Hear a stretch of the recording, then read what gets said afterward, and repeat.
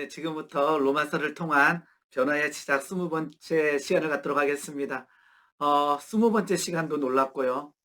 아직도 실은 코로나가 끝나지 않은 것도 어, 쉽게 간과할 일은 아닌 것 같습니다. 어쨌든지 간에 참 어렵고 힘든 시간들을 지내고 있습니다. 모두가 우리 한국뿐만 아니라 전 세계가 그러한 것 같습니다. 어, 캐나다 소식을 가끔 접하게 되는데요. 은강이 친구가 우리는 또 연기됐어. 이렇게 뭐가 연기됐냐 그러면 개별 접촉 금지, 이렇게 그 가족 외에 다른 사람들을 어디서도 만나면 안 된다라고 명령이 떨어졌나 봐요. 그게 12월 초까지였던 것 같은데 1월 7일까지인가 다시 연기됐어라고 하는 소식을 은강이 친구들을 통해서 듣게 되었습니다. 그러고 보면 우리가 조금 나은 상황인 것 같긴 하지만 더 중요한 것은 어, 이렇게 잘 지켜지지 않는 것 같아요. 이렇게 어떨 때는 이렇게 식당에서 막 여러 사람들이 마스크도 쓰지 않고 막 식사 후에 얘기하는 거 보게 되게 되면 잠깐 불편할 때도 있어요. 속히 끝내야 될 텐데 실은 지금 이 문제는 어떠한 통제나 뭐 이것도 더 중요하겠지만 민주주의 국가에서는 그러한 어떠한 그 정부의 어떤 시책을 지켜낼 수 있는 어떠한 시민성, 의식 이것도 굉장히 중요할 것 같습니다. 네, 오늘 이제 로마서 8장을 보겠는데요. 로마서 8장은 실은 만만한 부분이 아니었던 것 같아요. 왜냐하면 가장 중요한 내용이기도 했지만 누군가가 저에게 로마서 8장을 누리고 계십니까? 라고 물어본다면 실은 아주 즉각적으로 쉽게 예스 할 수 없는 이야기들이 그 로마서 8장에 들어있기도 합니다. 그래서 로마서 8장은 계속 읽고 묵상하면서 우리가 하나님 그 로마서 8장의 놀라운 은혜들을 누리기를 원합니다라고 고백할 수 있었으면 좋겠습니다. 오늘 로마서 8장 이제 31절부터 잠깐 보겠는데 그 전에 보게 되면 지지난 시간에 배웠던 우리 이와 같이 성령도 우리의 연약함을 도우시나니 우리는 마땅히 기도할 바를 알지 못하나 오직 성령이 말할 수 없는 탄식으로 우리를 위하여 친히 간구하신다라고 되어 있습니다. 이와 같이 성령도 우리의 연약함을 알고 있다라는 거죠. 우리가 쓰러지고 어떨 때는 두렵고 어떨 때는 낭망하고 이런 부분들을 알고 계셔요. 이 연약함을 알고 계시면서 우리의 연약함을 돕고 계신 그 성령님의 반응할 때 우리에게 그 승리, 기쁨, 감격이 솟아날 줄 믿습니다.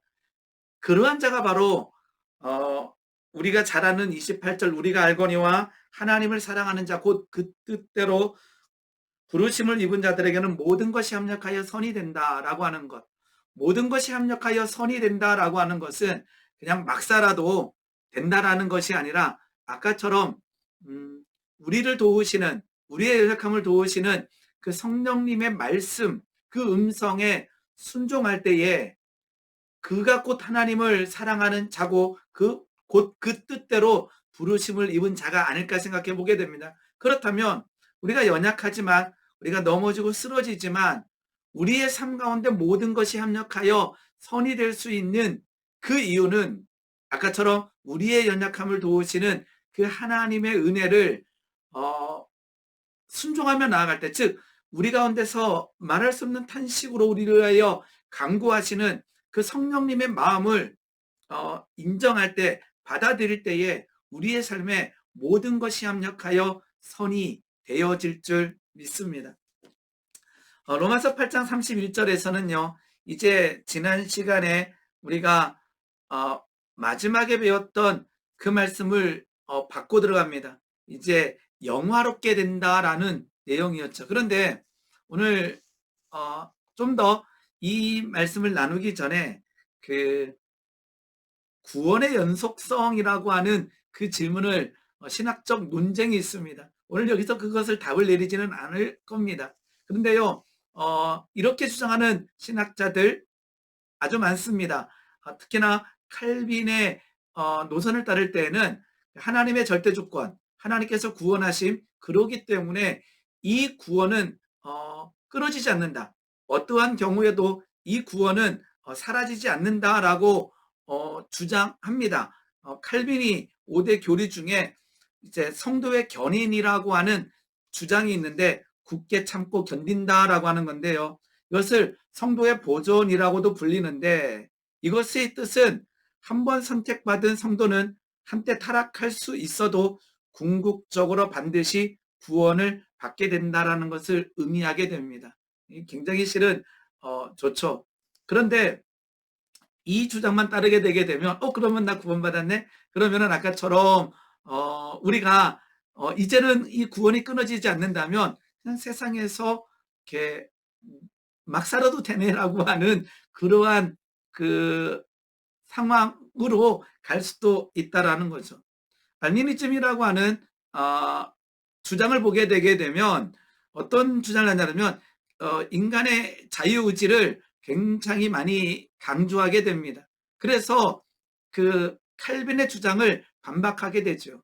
그 칼빈은 하나님의 절대 주권, 하나님의 예정하심, 하나님께서 하심을 굉장히 강조하는데 인간의 자유의지를 강조하는 쪽도 참 많습니다. 그래서 어떠한 경우에는 아주 강력한 경우에는 우리가 죄를 범하면 구원은 사라진다라고 주장하는 신학자들도 많습니다. 어쨌든지 간에 칼빈, 우리가 많이 들었던 칼빈은 하나님의 효과적인 부르심을 받은 자는 인간의 연약함에도 불구하고 양자로 삼은 자녀들은 구원이 보장되어 있다라고 칼빈은 주장하게 됩니다. 하나님의 선택이 우리 인간의 행위로 무효화될 수 없음, 즉 하나님의 절대 주권, 하나님께서 구원하심을 굉장히 강조하고 있는 내용입니다. 그런데 우리가 예전에 담임 목사님께서 계속 질문을 히브리서 공부할 때 던졌던 내용 중에 하나인데요. 한번 빛을 받고 하늘의 은사를 맛보고 성령에 참여한 바 되고 하나님의 선한 말씀과 내세의 능력을 맛보고도 타락한 자들은 다시 새롭게 하여 회개할 수 없다라고 하는 말씀도 없지 않아 있다라는 거죠. 우리 굉장히 조심해야 될 것 같아요. 그런데 오늘 이 내용을 배우면서 결국은 우리가 내가 하나님의 사랑을 받고 있는가? 나는 잘하고 있는가라고 고민을 하면서 살아가고 있다면 저는 그 구원은 끊어지지 않는다고 봐요. 그것은 무엇이냐 그러면 주님, 내가 죄악 가운데 빠지지 않았을까? 민감하게 반응하고 있다는 거죠. 왜요? 내가 구원받은 자이기 때문에 그래요. 내가 하나님을 사랑하고 예수 그리스도의 이름을 믿기 때문에 내가 반응하면서 나의 연약함을 드러내고 어떨 때는 나타나기도 하고 그러다 보게 되면 그 자체가 구원받은 자의 증거가 아닐까 생각해 보게 됩니다. 자, 그러니까 우리가 칭의와 아주 단순하게 우리 십자가를 통과하는 십자가의 은혜, 예수 그리스도의 이름을 믿음으로 말미암아 이루어지는 칭의, 그 다음에 영화라고 하는 것은 재림의 날에 이루어지는 엄청난 일이죠. 그러니까 재림이 마지막 단계입니다. 그리고는 이 과정에서 우리는 성화라고 하는 단계를 밟아갑니다. 그래서 과거의 구원, 현재 구원, 미래 구원이라고 말하기도 합니다. 중요한 것은 아까처럼 구원은 여기서 이미 이루어졌느냐라고 하는 질문을 던지는 거고 여기서 보는 사람들은 아까처럼 이때를 살고 있는 우리들은 구원이 사라질 수 있다라고 본다라는 거죠. 그런데 이미 여기에서 이미 하나님 예수님을 믿을 때 이 지점이 이루어졌다라고 주장하기도 합니다. 어쨌든지 간에 구원의 완성을 어디에서 어디로 보느냐에 따라서 아까처럼 구원이 완성됐느냐 아니면 아직이냐라고 하는 이 지점이 있다라는 거죠. 그리고 우리가 자유의지를 가지고 살아가는 지금 현재 오늘 우리의 자유의지의 어떤 결과물들 이거에 대한 입장도 달라지기도 합니다. 중요한 것은 구원은 인간의 영역이 아니라 하나님의 영역이라는 거고 우리가 어떻게 결정할 수 있는 것이 아니라 하나님의 온전하신 주권이라고 하는 것은 우리는 잊어서는 안 된다라는 거죠. 자, 구원받았다고 해서 죄를 쉽게 범해서도 안 되고 죄를 아까처럼 범하지 않는다. 이게 아니라 구원받은 자는 연약함, 넘어짐이 있다. 그런데 자범죄, 그냥 의도적으로 이제 난 괜찮아 이건 아니라는 거죠. 그러다가 실수로 연약하게 넘어졌을 때는 뭐 해야 될까요? 우리는 다시 회개하며 일어서며 하나님의 사랑 가운데로 들어와야 된다라는 거죠. 그리고 아주 쉽게 누군가가 죄를 범했다고 야 구원이 사라졌어 구원이 없어라고 너무 쉽게 말해서도 안 된다라고 하는 것은 오늘 우리가 짚고 넘어가야 될 것 같습니다. 자, 오늘 로마서 8장 31절부터 잠깐 보겠는데요.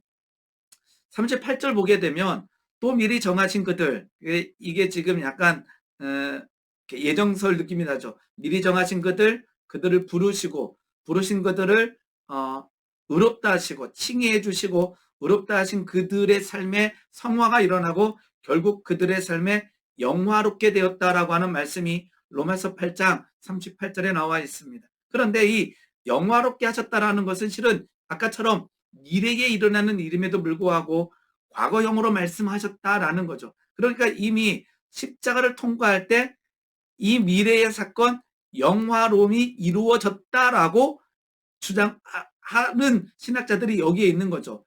미래의 일이지만 이미 이루어졌다라고 보는 거죠. 그러니까 구원의 사건이 이미 이루어졌다라는 거예요. 그러면 우리가 해야 될 일은 내가 구원받았다라고 하는 믿음을 가지고 이제는 구원받은 자의 삶을 살아내는 것이 더 중요할 줄 믿습니다. 그래서 영화롭게 하셨다. 여기서 딱 실은 로마서 8장이 끝나도 되는 그 로마서 8장에 백미를 할 수 있죠. 영화롭게 하셨다. 즉, 이 지점에서 이미 우리를 예수 그리스도의 보혈의 놀라운 능력으로 구원받았을 때 영화롭게 하셨다라고 하는 그 은혜의 말씀이 있어요. 그런데 이 로마서 8장 잠깐만 보게 되면요. 네, 저기 38절이 아니라 여기는 30절이 되겠죠. 자, 이 이후에 31절부터 이제 사도 바울이 5개의 질문을 던지면서 이 엄청난 감격과 함께 그 놀라운 은혜가 끊어지지 않음을 이제 말씀하고 있다라는 거죠. 그래서 무슨 말 하리요? 대적하리요? 주시지 아니하겠느냐? 아니면 누가 정죄하겠느냐? 사랑에서 누가 끊겠느냐라고 하는 이러한 질문을 던지면서 오늘 말씀을 사도 바울은 선포하고 있습니다. 즉 구원의 확신이라고 하는 것, 즉 우리가 하나님의 자녀, 칭의, 그리고는 영화롭게 됨, 이 구원의 확신이라는 것은 누구도 흔들 수 없다라고 하는 것을 얘기하고 있다라는 거예요. 즉 우리 모두는 지금 이 강의를 보고 계신 모든 사람은 구원을 받았습니다. 그런데 그 구원을 누구도 흔들 수 없다라는 거예요. 우리의 이론이 아니면 신학이 흔들 수 없다라고 하는 것은 흔들 수 없다라는 거죠. 즉 하늘이 무너져도 구원받는다라고 하는 그 은혜감, 그 믿음이 있기를 원합니다. 그런데 이것이 굉장히 많이 흔들려요. 아까처럼 의심이라는 게 우리에게 들어오고요. 그 다음에 중요한 것은 아까처럼 우리 가운데 넘어짐, 즉 우리 가운데 연약함이 드러날 때 흔들린다라는 거죠. 그리고 고난과 역경처럼 시험거리가 우리 가운데 있을 때에 구원이 흔들린다라는 거죠. 흔들릴 수 있다라는 거죠. 그리고는 네, 구원은 조금 더 조심스러워서 어쨌든지 간에 이 구원을 흔들 수 있는 어떤 적들은 의심 아니면 죄 아니면 시험 같은 거라고 여기는 기록하고 있습니다. 자, 첫 번째, 의심이 우리의 구원을 흔들지만 정확히 말하면 의심이 우리를 흔들 수 없다라는 거죠. 자, 그런 생각이 듭니다. 우리의 현재 모습을 보면서 하나님이 나를 사랑하시나? 라고 하는 의심이 들어요. 나 구원받았을까? 왜냐 그러면 내가 살아가고 있는 삶의 형태, 내가 하고 있는 내 생각들, 수없이 많은 상황들이 내가 구원받은 사람 맞아? 오늘도 이렇게 잘못된 생각을 하고 잘못된 행동을 하고 수없이 많은 의심을 우리에게 던져준다라는 거죠. 그런데 아까처럼 31절에 만일 하나님이 우리를 위하신다면 누가 우리를 대적한다라는 거죠. 아까 이제 우리 제일 처음에 보게 되면 오늘 31절 맨 앞에 보게 되면 이렇게 되어 있어요. 그런즉 이 일에 대하여 우리가 무슨 말을 하리요? 우리 할 수 있는 말 없을 만큼 우리는 기쁨과 감격, 아까처럼 칭의와 영화라고 하는 구원의 감격을 야 이제는 무슨 말 하리요? 이것은 너무나 커다란 감격 가운데 들어간 표현이라고 할 수 있습니다. 성막이 완성되고 성전이 완성됐을 때 구름이 이렇게 하나님의 임재, 하나님의 영광이 꽉 찼다 그랬잖아요. 그 기쁨과 그 감격이 그 칭의와 그 다음에 영화, 이 구원에 대해서 우리가 확신을 가질 때, 야, 이제는 더 할 말 없다라고 하는 이 기쁨과 감격이라는 거죠. 그러면서 이제 두 번째 질문, 누가 우리를 대적하겠는가라고 하는 질문을 던집니다. 왜냐하면 만일 하나님이 우리를 위하신다면, 우리 어떨 때는요, 의심이 생겨요. 하나님이 날 사랑하시나? 내가 구원받은 자 맞아? 라고 하는 생각이 들 때가 있습니다. 그런데 하나님의 사랑이 변함없다라고 하는 것을 우리는 믿어야 된다라는 거죠. 그 말은 무엇이냐? 하나님의 사랑이 변함없다면 우리를 예수 그리스도의 은혜로 말미암아 죄와 사망에서 건져 놓으신 우리를 아까처럼 포기하지 않기 때문에 구원이 끊어지지 않는다라는 거예요. 과연 날 사랑하실까? 사단은 그렇게 속삭이죠. 너의 기도는 듣지 않아. 너는 사랑받을 자격이 없어. 야, 너 꼬라지 좀 봐. 너 오늘 생각하는 것 좀 봐. 너 주변 좀 봐. 너 기도해도 안 되잖아. 수도 없이 많은 조롱과 그리고는 거짓을 가지고 우리에게 던지죠. 근데 아까처럼 하나님은 우리를 사랑하시고 그 사랑은 죄와 사망에서 건져 놓으신 우리를 포기하지 않으신다라는 것입니다. 사랑의 증거는 이렇게 얘기합니다.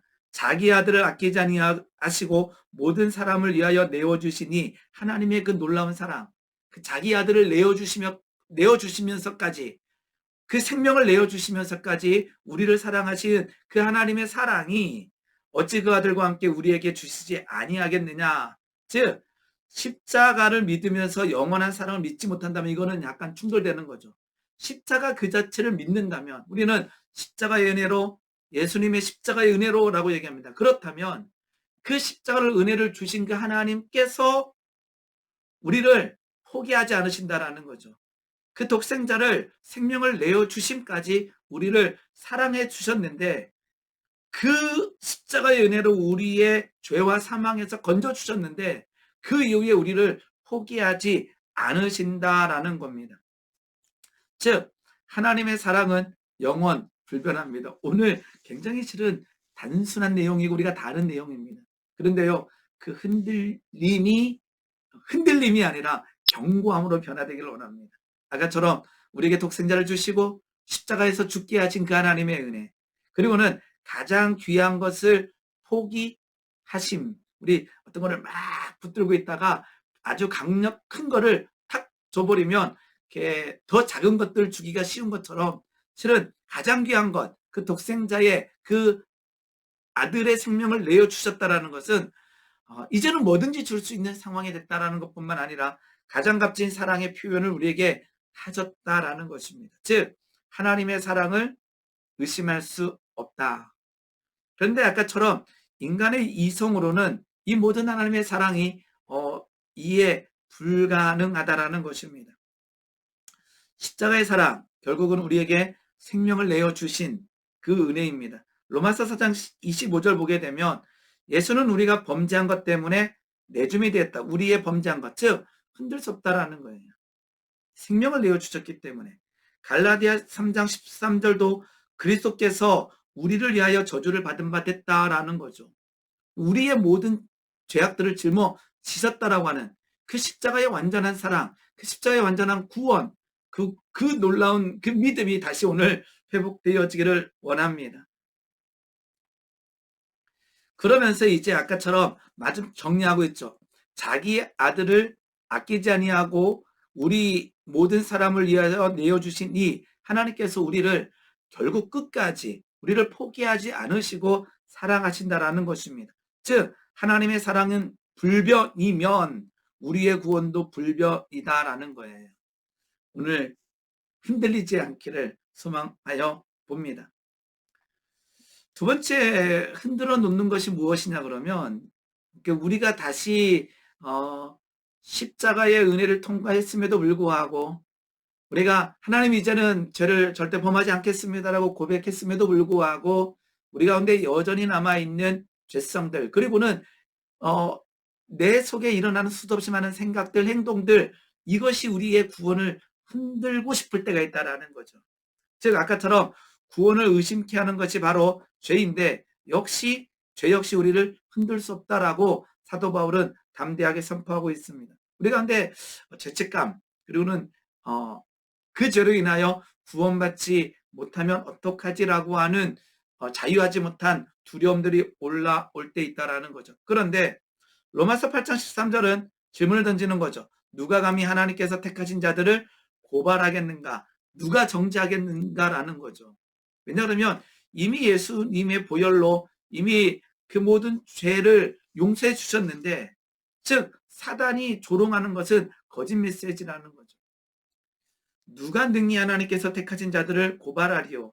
의롭다 하신 이는 하나님이시니. 즉 우리에게 이제는 죄인이 아니라 의롭다 칭해 주시는 것은 예수 그리스도의 보혈의 놀라운 능력으로 말미암아 우리가 누려야 될 은혜라는 거죠. 그래서 이것은 그냥 제가 설교 시간에 몇 번 얘기했었잖아요.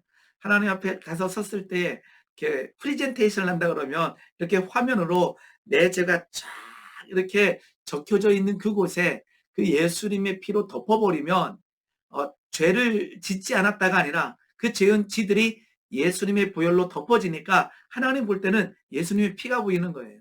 그 밑에 있는 죄의 목록이 보이는 것이 아니라. 그래서 예수의 보혈로 우리의 죄를 덮어버리는 거죠. 그러니까 하나님께서 우리를 의롭다 칭해 주시는데 감히 누가 하라는 거죠. 용서하심과 의롭담에 대한 확신이 없다면 우리에게는 실은 죄책감과 흔들림이 찾아오게 됩니다. 그래서 사단은 우리가 연약함이 드러날 때마다 어떻게 하나요?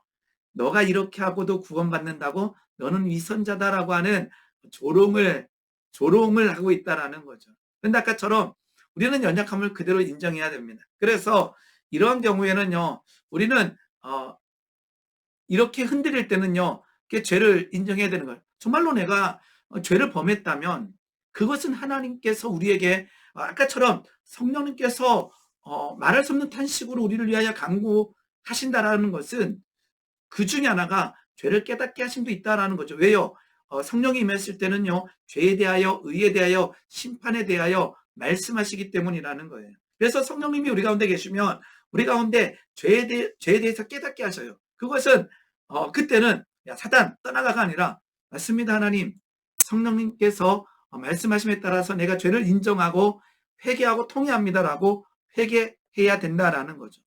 그리고는 그 상황 가운데 우리가 회개했음에도 불구하고 넌 사랑받지 못해, 너는 용서받지 못해라고 사단이 조롱하고 있다면 이때는 예수 그리스도의 이름으로 그 조롱하는 사단에게 선포해야 돼요. 맞아, 너 죄인이야. 그런데 나를 위하여 죽으신 예수님의 은혜로 말미암아 나는 속죄함을 받았어. 더러운 악한 영 예수 그리스도의 이름으로 떠나갈지어다라고 선포할 수 있어야 된다라는 거죠.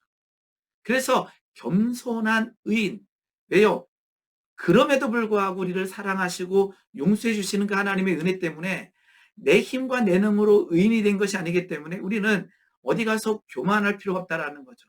겸손하고 그래서 용서하고 용서를 구하는 우리들의 삶의 모습이 나타나야 된다라는 거죠. 그래서 맞아, 나 죄인 맞아. 그런데 십자가의 은혜로 의인이라고 하나님께서 칭해 주셔서 칭의의 은혜가 나한테 있음을 조롱하는 사단에게 선포할 수 있어야 된다라는 것입니다.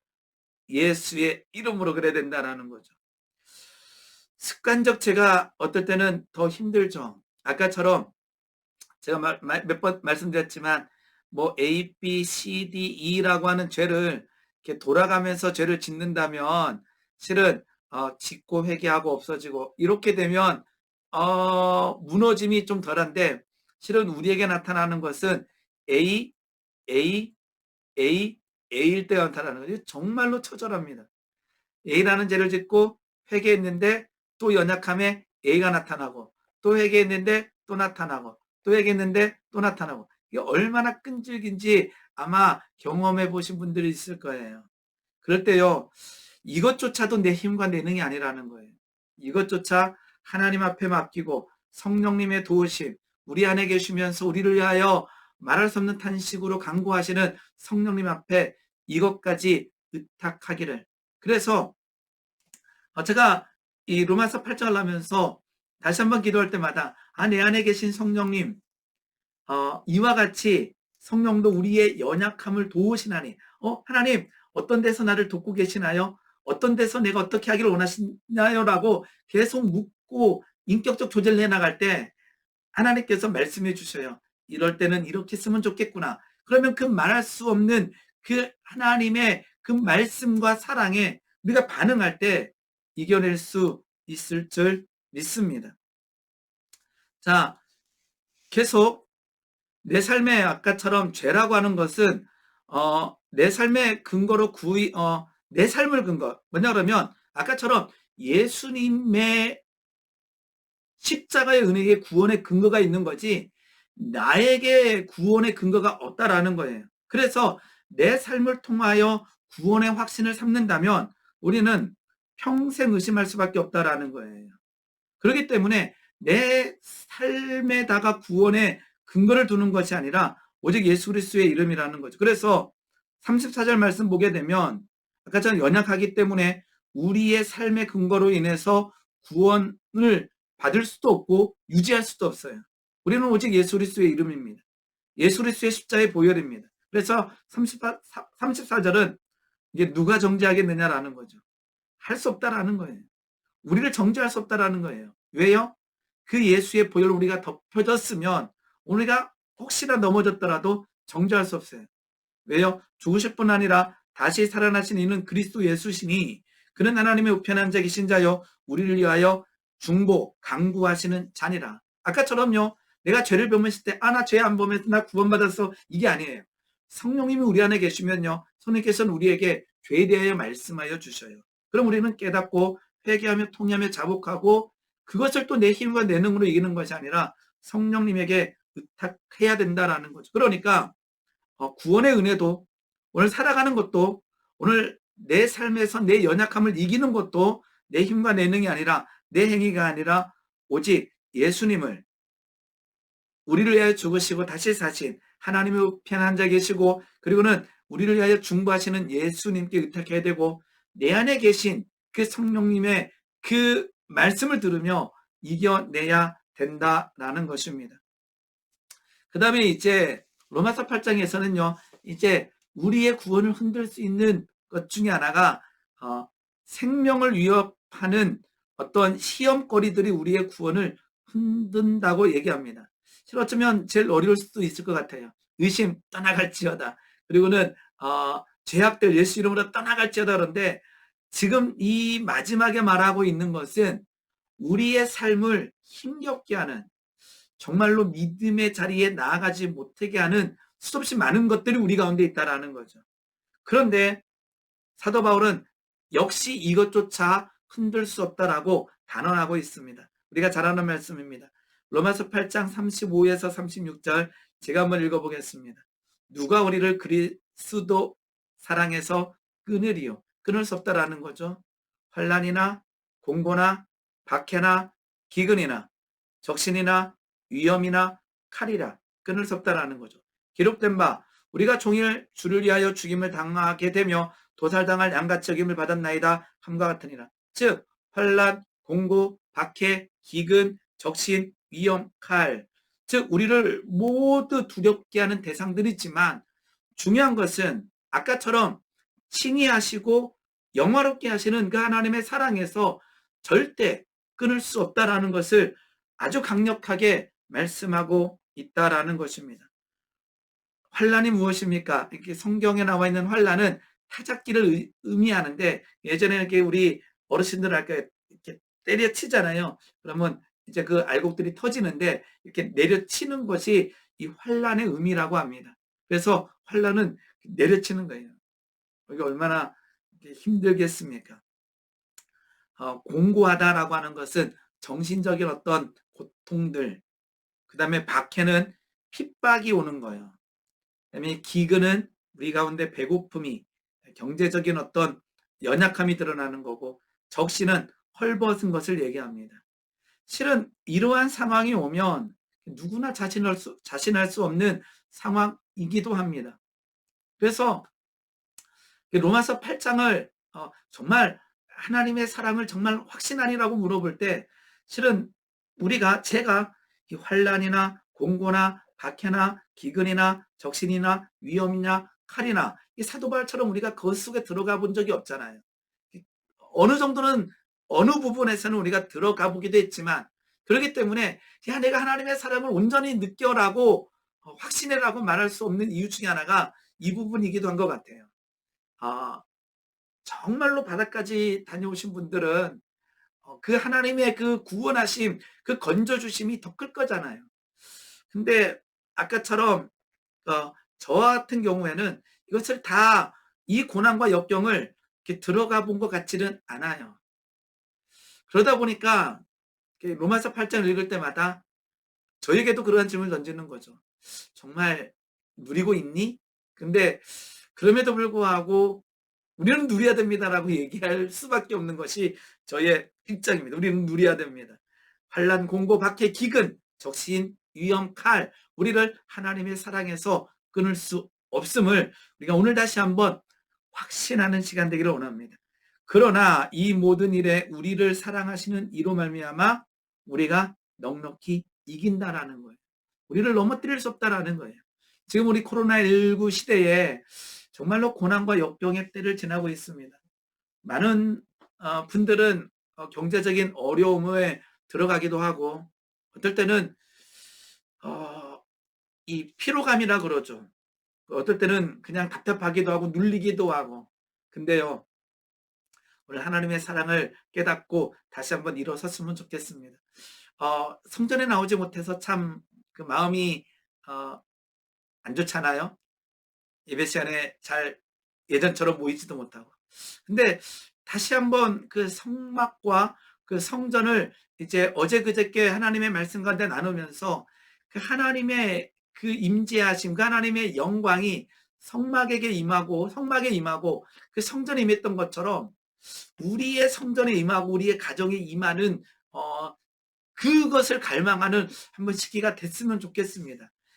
교회 가야 돼. 이것도 좋죠. 왜냐하면 하나님께서 그 솔로몬이 기도할 때 내 눈과 내 길을 여기를 향한다 했기 때문에 그 성전에서 하나님이 나타나심 굉장히 중요합니다. 그런데 성전에서만이 아니라 우리가 예배하는 가정, 기도하는 가정, 거기에도 하나님의 임재와 하나님의 영광이 나타날 수 있기를 갈망하는 시간 되었으면 좋겠습니다. 자, 아까 로마서 8장 마지막에 있는 그런 어려움들은 우리가 다 겪어보지 않았기 때문에 상대방의 어려움을 이해하기는 쉽지 않습니다. 그런데 로마 시대, 지금 이 글을 쓰고 있는 로마 시대는 예수 믿는 것 자체가 고통의 시대고 억압의 시대라는 거죠. 그들은 예수를 믿습니다라고 할 때 이거는 죽겠다라고 하는 의미기도 합니다. 즉 아까처럼 로마 시대는 예수를 믿는 것이 아니라 이거 조금 이렇게 이해하셔야 됩니다. 황제를 믿지 않음으로 고통받았다. 왜냐하면 예수 믿습니다. 나 황제도 믿고요. 이것도 믿어 그러면 즉 다신론적 입장 가졌으면 문제가 안 된다는 의미예요. 그런데 예수를 믿는다라고 하는 것은 단일신, 오직 예수거든요. 로마 황제가 신이다라고 하는 그것을 거부하는 거거든요. 그래서 핍박을 받고 고난과 역경 가운데 던져졌어요. 그런데 승리는 무엇입니까? 결국 그 고난과 역경을 이기게 하시는 것은 우리를 위해 중보하시는 예수님의 사랑이 있기 때문이라는 거예요. 우리는 어쩌면 지금 오늘 우리가 공부하는 로마 시대의 크리스찬보다 100분의 1 정도의 고난과 역경을 겪어보지 않았을 수도 있습니다. 중요한 것은 무엇입니까? 고난의 크기도 중요하지만 어떠한 고난이든지 간에 그 고난 가운데 우리를 도우시는, 우리와 함께 하시는 하나님의 은혜가 있다라는 거죠. 그래서 로마서 8장은 이제 확신하면서 끝나게 됩니다. 네, 한번 보면서 같이 읽어보시기 바랍니다. 내가 확신하노니 사망이나 생명이나 천사들이나 권세자들이나 현재일이나 장래일이나 능력이나 높음이나 기쁨이나 다른 어떤 피조물이라도 우리 주 그리스도 예수 안에 있는 하나님의 사랑에서 끊을 수 없느니라. 뭐에서요? 의심에서, 죄에서, 그리고는 시험거리에서, 그러한 가운데 있을 때, 구원이 흔들릴 때에 절대 결단코 끊을 수 없다, 확신하고 있다라는 거죠. 오늘 말씀을, 이 내용을 정리하면서 죄로 인해서 구원을 잃었는가라고 하는 고민하고 있다면 이미 우리는 반응하고 있다라는 것입니다. 나 구원받았나? 이것은 실은 반응하고 있다라는 거죠. 그것은 무감각한 시대에 살고 있는 것이 아니라 반응하고 있다는 자체는요, 우리가 우리 안에 성령님께서 말씀하시고 있는 바를 따라가고 있다는 뜻이기도 합니다. 그런데 넘어서서 이제는 사도 바울의 확신이, 그 하나님에 대한 사랑, 내 안에서 승리케 하시는 그 하나님의 은혜를 다시 한번 부여잡고 승리하는, 눌리지 않고 묶이지 않고 승리하는 주의 백성이 되기를 소망합니다. 오늘 여기까지 하겠습니다. 감사합니다.